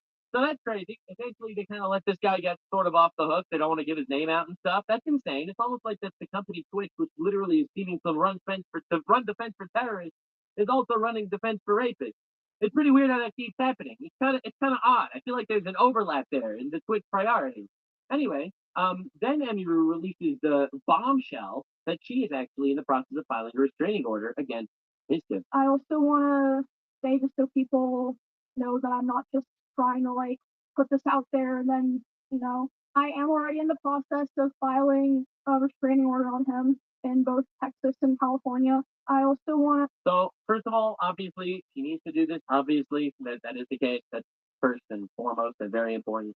Secondly, I think she should have done this before she made her stream. I think it should have been finalized. And I'll tell you why. From a legal perspective, especially in Texas, it's really easy to get sued for defamation when you're calling someone a rapist / sexual assaulter. So I really think that it would have been nice if she actually had something in paper and in writing to say that this is an actual, fully justified reason to why she's coming out. But anyway, I'm happy she's doing it because this guy seems unhinged. He really seems unhinged. And honestly, I don't want him to kill himself, but it really does seem like well, we're going to look at his response. All right, we're going to look at his response. Now, anywho, let's see how Mizkif has been reacting to her after their breakup before we get to the actual allegation. I also had a couple other streamers report to me that he would obsessively watch my streams and not in a oh, I wonder what Emmy's doing right now way, or having my stream open. He would be obsessively and attentively he's watching my stream, and just saying horrible things almost every time that I've been live this year. And they tell me that he would want to discuss how people with Respecter of women, by the way. sexual wanted him. Oh, that's some abuser talk. Holy shit, what is that? Again, I'm not confirming any allegations or anything. We're going through this together. We're going to come up with our own conclusions at the end, all right? Which I already come to, but I'm not going to spoil my actual conclusions. But yay! Interesting, considering I never replied. And he would ask other guys if they thought I had slept with anyone this year. What the fuck? Again, horror culture is not good. All right, I want to make this clear. All right, horror culture is bad. It really is. Yeah, like, and I'll be real. I'll be honest. I know that people are gonna like say, "Nuts, why are you using this as a moment to push your agenda?" And the answer is because it's not my agenda. It's God. It's literally almost like the ideal way for you to lead your life is to get married to one person and have kids and build a family, and not actually, live in this weird hedonistic society, Silence of the Lambs kind of shit, bro. Out here fucking around with everything that moves, chasing women around. Like, dude, what are we doing, guys? About man whores too, all of them. God damn. Build a family. What are you doing? What are you doing? Not only is it what God would want, but it's also better. It's literally better for you personally. Just do it from a selfish perspective. Just get married and have kids, bro. What is this? Anyway. I don't fucking know, man. And then they told me he would say stuff like, again, this isn't me calling Emmy a whore or anything. I don't know anything about her personal life. But this is essentially, this culture is what leads to Mizkif going around asking people who she slept with and stuff like that.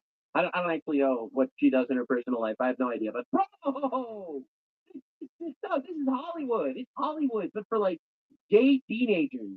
No, there's no way she's done that. She's not like that. And she's probably waiting for me. Just really fucking gross stuff like that.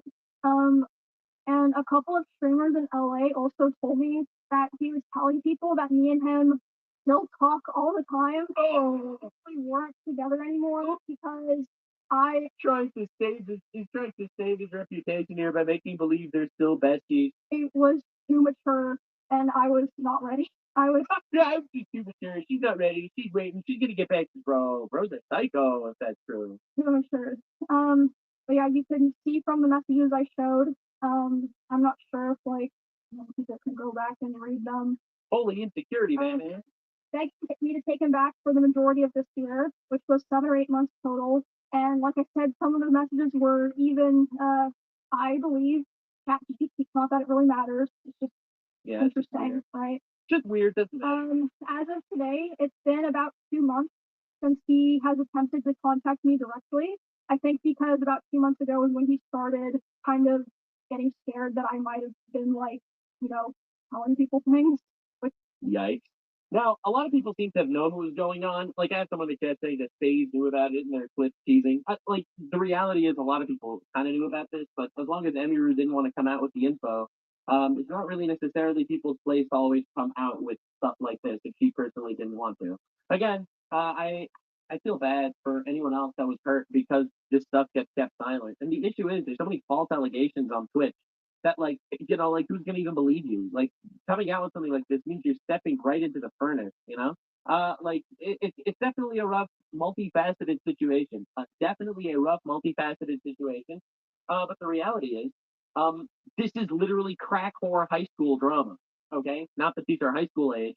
Obviously these are not high school age people. These are adults in their 20s and 30s. But bro, this is fucking awful. It's a pathetic culture. It really is such an unbelievably pathetic culture. And of course it pushes all these progressive values to it. Because that's literally it's the gay child culture that never wants to grow up. That's what we're looking at. We're looking at a lot of kids that don't want to grow up necessarily.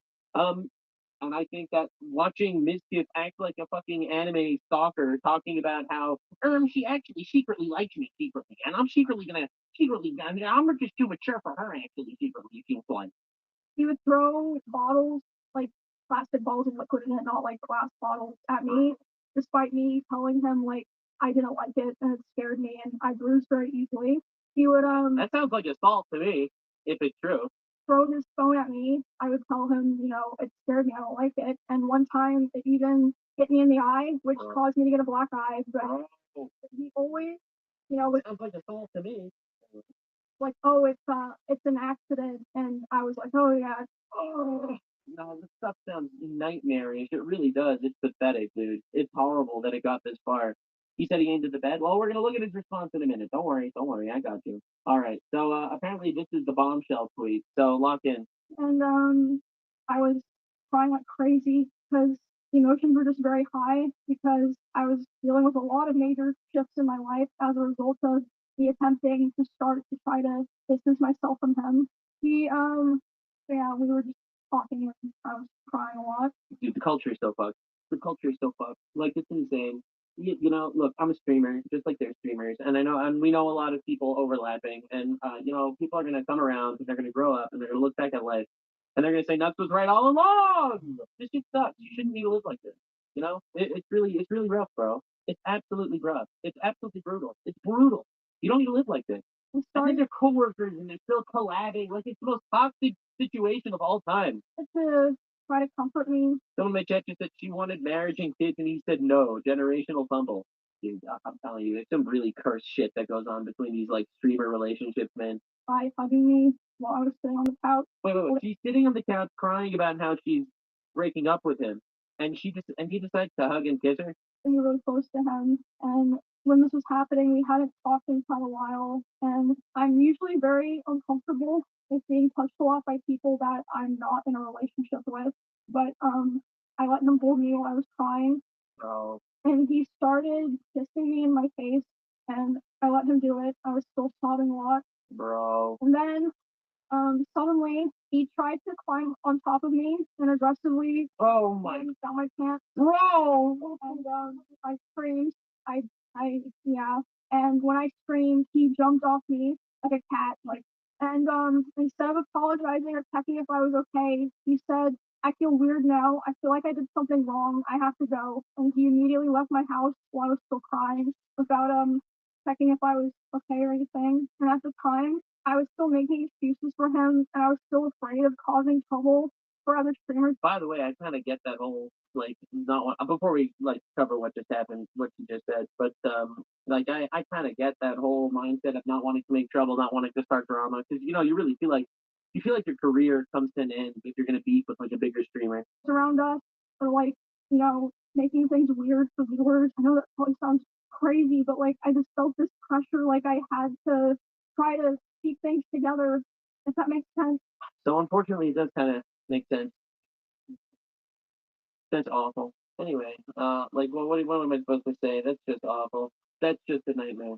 So, anywho, obviously, if this is true, then Mizkif should be completely excommunicated from the entire streamer world and, you know, polite society in general. Like, that's actual sexual assault, if this is true. Again, these are just allegations with no proof. So I'm not, I saw a lot of people jump to conclusions just immediately believing it, just because, quite frankly, I kind of believe it myself. But ultimately, this is, it was just a misunderstanding. Misunderstanding? Bro, they're not in a relationship and he's putting his hands down her pants. What are you talking about misunderstanding? If this is true, then this is a nightmare. And this guy should be completely excommunicated from civil society. That I used to think there were a cute couple. I don't know, man. When it comes to cute couples, I think a couple is a cute couple when it's a nice, lovely, you know, man and wife making kids and stuff, you know, like shit like that. I trust Asmongold. I don't know what Asmongold said, but all I know is that this is really sad. Like, you see a woman crying, you stick your hands down her pants. If this is true, this is a nightmare, and you should be excised from civil society. I personally do not touch women. This is a not floor. I do not touch them, except for like specific ones. One ideally, and then others like if I want to hug my mom or something. But yeah, no. Other than that, like, no, dude, we do not. Nope. Absolutely not. I don't touch them. Cooties. Cooties are very real. No, but this is like gross. It's really disgusting. It's really disgusting. It really is gross. Anyway, yep, one woman for me. I'm a simple man, I guess, and I'm very happy in my life personally, and I thank God every single day. And Mizkif doesn't. Mizkif's a male feminist that only allegedly raped women, so you know that makes it better or something. As we get context on things she didn't bring up, yeah. Look, as far as context, look at the last 10 minutes of Asmongold's video where he talks about his part. I have some clips about Asmongold, don't worry. I did my research. But Cooties ruins careers? No, but realistically, man, if you're a dude, get yourself one woman that you love and stick with her forever, and that's it. It's like, I know that sounds easier said than done, but that should be the goal. What is this whole fucking a cringe hedonistic lifestyle? You shove pants down the pants of a crying woman. Is that our average feminist? Are these the feminists in society that we're supposed to be looking up to in life? Like, are these the people that we're supposed to make our role models? People with like tens of thousands of streamers that are sitting out there telling you about feminism and stuff, hanging with like sick women and everything's fine until a few years later all this shit happens. Come on, dude, this is cringe as fuck. Like I hate this age where people are just making believe this is a real thing. This whole generation is wild. Performative male wolves in sheep's clothing. Yeah, the Beatles archetype. No, it's the whole male feminist shit. It's the whole male feminist shit. If you really think you need a kiss ass to do politics in order to be accepted, and you're a cringe beta, you really are. Like, stand up for what you believe in, fight for what's actually true and real, and don't do this whole cringe hedonism rabbit hole. It's unbelievable. The facade is crazy. Anyway, next clip. Our walls. Again, you can go see this in some of his vlogs in his bedroom, the holes in the wall. There would be times where he was upset at me, and I would go to my extreme room and literally lock myself in to get away from him. And he would be banging on the door and screaming at me. And at the time, he also would more often do things like going, like if we were driving in the car together, he would be going like 150 miles an hour. And like one time he even said like, well, now we're both gonna die. This is a psycho. This is an actual psycho. This is like it's a pathetic baby man with zero control over his life, so desperate of exuding the facade of control. I'm gonna drive fast and kill us both. Oh my god, what is that? Bro, this is some unbelievable cringe. I don't know if I believe they were going 150. Who cares, man? It's this concept of someone with so little control that he has to do these pathetic, grandiose, insecure motions to prove that he's a Giga Chad instead of actually standing up for what's right and what he believes in and not being just a hedonistic freak, allegedly, according to the story. We're going to look at his response. Don't worry. Do not worry. We're going to look up his response after. No, but this is insane. What a baby. Like threatening to kill both of us. Right. And this wasn't like even necessarily because of me or like because of something I did a lot of the time. Like one of the times that it happened, it was because we were just getting food and he was on his phone and he saw that Mr. Beast had put out a video and Mr. Beast had invited another streamer and he was like, oh, Mr. Beast invited this guy to the video, not me. And I was like, oh well, yeah, I guess so. Which led to him going 150 miles per hour in the car and talking about killing himself while doing it. Bro! Wow, this guy is mature and healthy. Wow, look at that. Dude is exhibiting all of the deadly sins right here. Pride, envy, greed. Holy shit, lad. Oh my god, dude is like a walking bag of deadly sins. The craziest part is the seven deadly sins are just basically what woke culture became. It really is. Mr. Beast won't talk to me. Drives fast, tries to kill himself. No, that's not a guy that's overloading on pride and envy and greed and lust. This is pathetic shit. Then at home, it's depression that did it. Look, I do believe depression is a real thing. Okay, I want to make this clear because I know that it's a complicated topic. Depression is obviously real. Depression is not, however, an excuse to excuse bad actions. Okay, it's not. You have free will, even if you're depressed. Now, if you're depressed, the entire world might look like shit to your eyes and your life might suck, and I really feel bad for you, and I hope you find a way out of that dark hole. But, however, you still have free will. Okay? So you can shove your depression up your ass. All right? This is some holy camole. All right? Depression is real. Absolutely. It's not an excuse to kill people or threaten people. Other things would happen, like I'd be trying to sleep and he would scream at me and say that it was all my fault that he felt insecure. There was a time that I walked into the room that he was in, and as soon as he saw me there, he threw his phone at the dresser and started yelling because I had posted a YouTube video within the same couple of days as him. What? And mine was doing better. You gotta be fucking kidding me. This guy's fucking pathetic. Are you joking me? You gotta be kidding me. How is this real life? And this guy is looked up to, and everyone's looking up to this guy. Bro, look, I understand what it feels like when you make a video and it's not doing well, and then you only make a video and it's doing better, and it's like, I got that. I was fine with this. But this is a pathetic inferiority complex, I think. Just work on yourself. I don't know, read the Bible, become a better human. What is this? You just suck as a guy.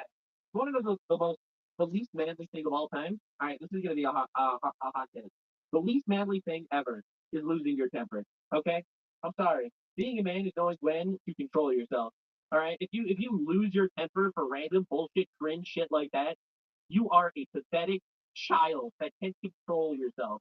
That is the most childish, anti-manly behavior of all time. What a clown move.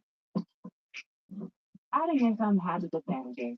Access some of the world's best known stock indexes now with added income. Investor Income Advantage ETF.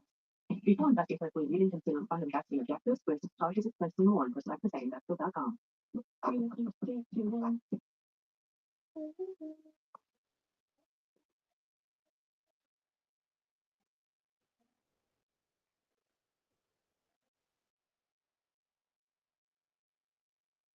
In the Win with Sin sweepstakes, you can get a chance to win $100,000. But there's more than one way to win with Sin. Here's how it works. For 5 weeks until November 24th, we're giving away a total of 5,000 premium prizes. Each time you enter, you also earn a chance at the 100K grand prize. With every week, it's worth your chances. What would winning $100,000 look like for you? It's a Win with Sin, and you can find out. Warning, this product contains nicotine. Nicotine is an addictive chemical. So basically, I felt like I was kind of stuck in a loop where I felt like I had to constantly perform and like prove my value to not be thrown away. That's At so the sad. same time, if I ever perform, And you understand she's stuck with him through all of that. Like you have to realize she's stuck with him through all of that stuff. If you understand if this dude would have stopped acting like a child and actually given her and treated her well and given her whatever he could, like this would have worked out. If you understand how crazy it is, this is horrible. do well, I was gonna be punished for it. Yikes, dude. That's so like, dude, again, obviously this is just pure allegations, but this sounds like some abusive circle jerk shit. Screamer cringe. Anyway, apparently she's been getting threats. I don't want what happened to me or what has happened to other people because of him to happen to other people. And I don't believe he will ever stop behaving the way he does. But regardless, yeah, like I said, one of the main reasons I decided to do this stream is to come out about all of this because I can't hold on to it any longer because it feels wrong to do so. And Really well. Dude, she came into the streaming world because she wants to make nice videos and stuff, you know? Like she wants to make fun videos and have a good time on the stream or whatever. And then this happens. Now you have to make these videos talking about it. Like this is brutal. Honorable mention reason for why I'm doing this is that for a while he has been indirectly threatening me through my friends and people that I work with. They've informed me that he said that if I ever talked about anything he did, he would try to create a smear campaign against me in retaliation. Oh shit. I was told that he even approached other streamers who were close with us back when we lived together, asking them if they would join with him, and they all refused. At TwitchCon, he approached one of my employees, threatening By them. the way, for the record, I do kind of believe this one. And the real reason is because I've had this similar thing happen to me. I've gotten canceled before, and then everyone comes out of the woodworks with these ancient video clips taken out of context to make me look worse. You know, like you get canceled, and it's like, oh, now's the time, and then everyone jumps on the bandwagon to do their absolute best to destroy you. Like I fully understand that feeling. Like I totally get it. And saying if I ever But here I stand. talked about him, he would destroy me. Multiple people have told me that his plan was to claim that I kill animals. Whoa! What? Whoa! Oh my God! I killed my own rabbit. That was a threat. Apparently, he does say that. Okay. Oh, don't worry, we're getting to his response in a bit. But God damn! I had several of my rabbits pass away over the course of 3 years while I lived with him. I'm sure he's probably listening now, and it's probably going to come as quite a shock to him that this information made its way back to me and that I've known for months. But if you try to threaten me to stay quiet, especially using my poor dead animals, I'm not going to stay quiet. Bro, Okay. brutal. I have been called the rabbit thing before he thought about a response. Damn. All right. Well, don't worry. We're gonna look at the rabbit thing. Where apparently he does respond and mentions that. Well, this is crazy. Holy shit, this guy is a psycho. It seems like he's a bit of a psycho. I mean, dude, isn't Mizkif kind of friendly with Hassan who like shot the dog? Like, what are we doing here? Like, what are we actually doing here? This is crazy. Too many women fake allegations. The reality is there are too many false allegations, and every single person that makes a false allegation, they silence a real person. Every false allegation silences a real person that's going through some trauma. Because the reality is there are two parts. There are two parts to every story, and we don't know the truth. Obviously, you take every story as an individual. But this is crazy. About the psychological and domestic abuse, stalking and harassment, Oh my God. sexual assault, and threats of blackmail that Mizkif has done towards me, and some of these issues which are still ongoing. For the entirety of this year, I have attempted to separate myself from him and not talk about him at all, and not talk about this issue and just not make it a public thing. I always tried my best to keep this to myself, but like I said, I feel like it's gone to the point, which I'll explain later, that I feel like it just has to be done. Bro, that's insane, dude. That's crazy. What a nightmare situation. Oh yeah, I saw this clip already. Right, Twitch refused to give up the name to police. All right. Yeah, I just saw this clip. Apparently, I took 2 copies of some of the clips. I did so much prep work for this. All right, XQC reacts to Mizkif being outed for abuse and harassment. So XQC, for those of you that are unaware, for the lore, he's one of the big streamers. He actually went to apologize to Mizkif for believing that Mizkif was covering up sexual assault. Well, oh my. Today, I'm finally going to be opening up about the psychological and domestic abuse, stalking and harassment, sexual assault, and threats of blackmail that Mizkif has done towards me, and some of these issues which are still ongoing. For the entirety of this year, I've attempted to separate myself from him and not talk about him at all, and not talk about this issue and just not make it a public thing. I always tried my best to keep this to myself, but like I said, I feel like it's gone to the point, which I'll explain later, that I feel like it just has to be done. And I have always believed in not condemning people or starting drama online. Yeah. So I'm sure a lot of people are going to be asking an honorable mention reason for why I'm doing this is that for a while, he has been indirectly threatening me through my friends and people that I work with. They've informed me that he said that if I ever talked about anything he did, he would try to create a smear campaign against me in retaliation. I was told that he even approached other streamers. Bro, his commentary is not exactly Both with us after we lived together, asking them if they would join with him, and they all refused. At TwitchCon, he approached one of my employees, threatening them and saying if I ever talked about him, he would destroy me. Multiple people have told me that his plan was to claim that I kill animals and that I killed my own rabbit, since I had several of my rabbits pass away over the course of 3 years while I lived with him. I'm sure he's probably listening now, and it's probably going to come as quite a shock to him that this information made its way back to me and that I've known for months. Like, I know this is a dark topic, but this is easily the best XQC clip I've ever seen. I understood every single word he said. But anyway, obviously, this is getting real big. This is getting insanely big, wildly big. Everyone's involved. Like, did this ever happen to you? What do you even need to do? Dude, every single time, I've been canceled a lot of times by a lot of people, okay? Because, I'm a very base fellow. People don't like me because of how much truth I spit. Can I tell you something? Not a single allegation of anything, of any of this sexual crap or cringe or anything came out. You know why? Never engaged with any of that shit. I never flirted with a streamer or anything like that, or whatever. Nothing, zero, because I had no interest at all. I alone am the base one. All right, well, apparently it gets worse. People start saying unofficial news grade, and I'm like, what does that mean? And I check my Discord messages, and he's messaging me saying like, Emmy, I'm gonna kill myself. I waited for 100 KMS. I waited so long for this, etc. Mizkif told her I'm gonna kill myself if you don't respond. Bro, are you insane? Don't like that to show the messages. She does show the messages. And basically he was upset because I had higher viewership than him. Oh my God, these people are pathetic. Oh my God, there's so many people that I have collabed with that ended up that I've helped build their careers, that they have become bigger streamers than me and then backstab me. That's happened to me more than once. I don't give a shit, dude. I do not care at all. You know why? Because I don't care about them. Okay, I do not care. It doesn't matter. All right, I'm very content with my life, with my family, with my career. Thank God. I'm happy that God is on my side, and I just know that I'm doing the right thing. And I don't give a shit. Right? That's where it is. That's where it's at. What is with this pathetic posturing? What a fragile ego, man.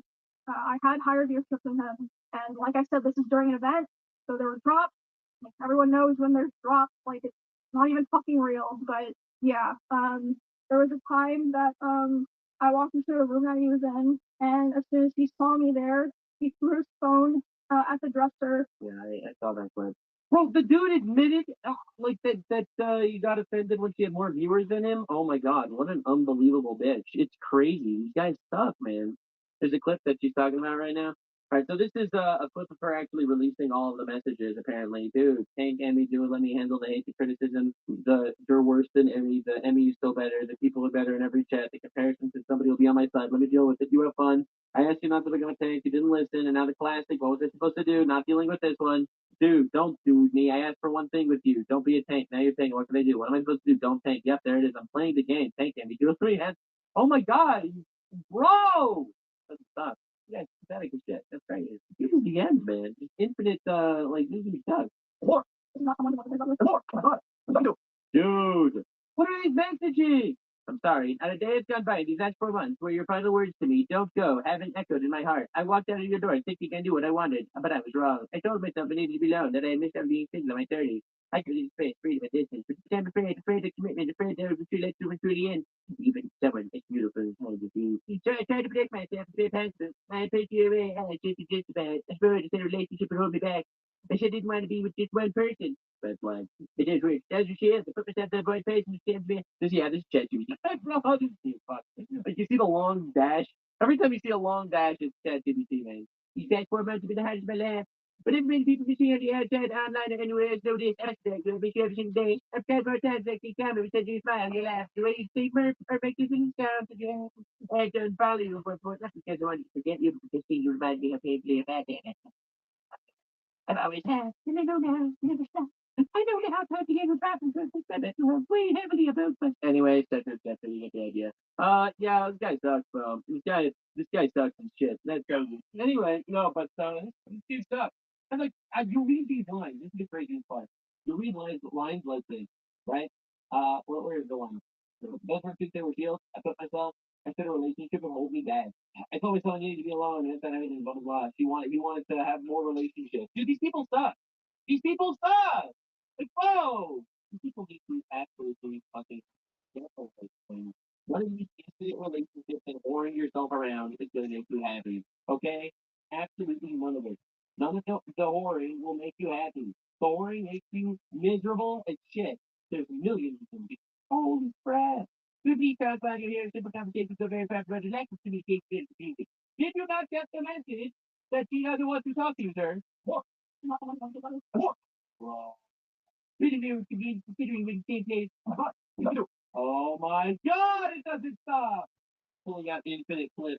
No, that's crazy. That's insane. Oh my God, bro is starving. That's insanity. Yeah, it's not a healthy guy. Oh, yeah, that's definitely ChatGPT. But god damn, bro. Look at this top left is written in February. I don't care when it was written. This is brutal. It's brutal and sad. And quite honestly, pathetic. It's pathetic. It really is. This guy sucks. This guy sucks. And you know, his life would be so much better if he would have followed the nuts doctrine.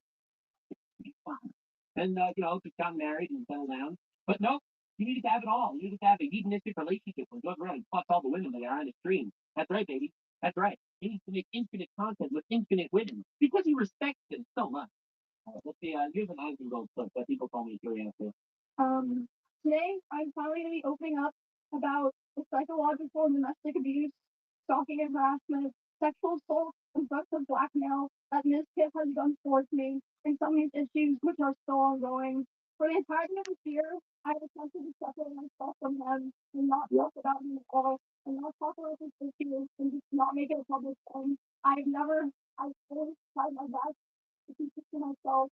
Like I said, I feel like it's gone to the point which I'll explain later that I feel like this has to be done. And I have always believed in not condemning people or starting problems online.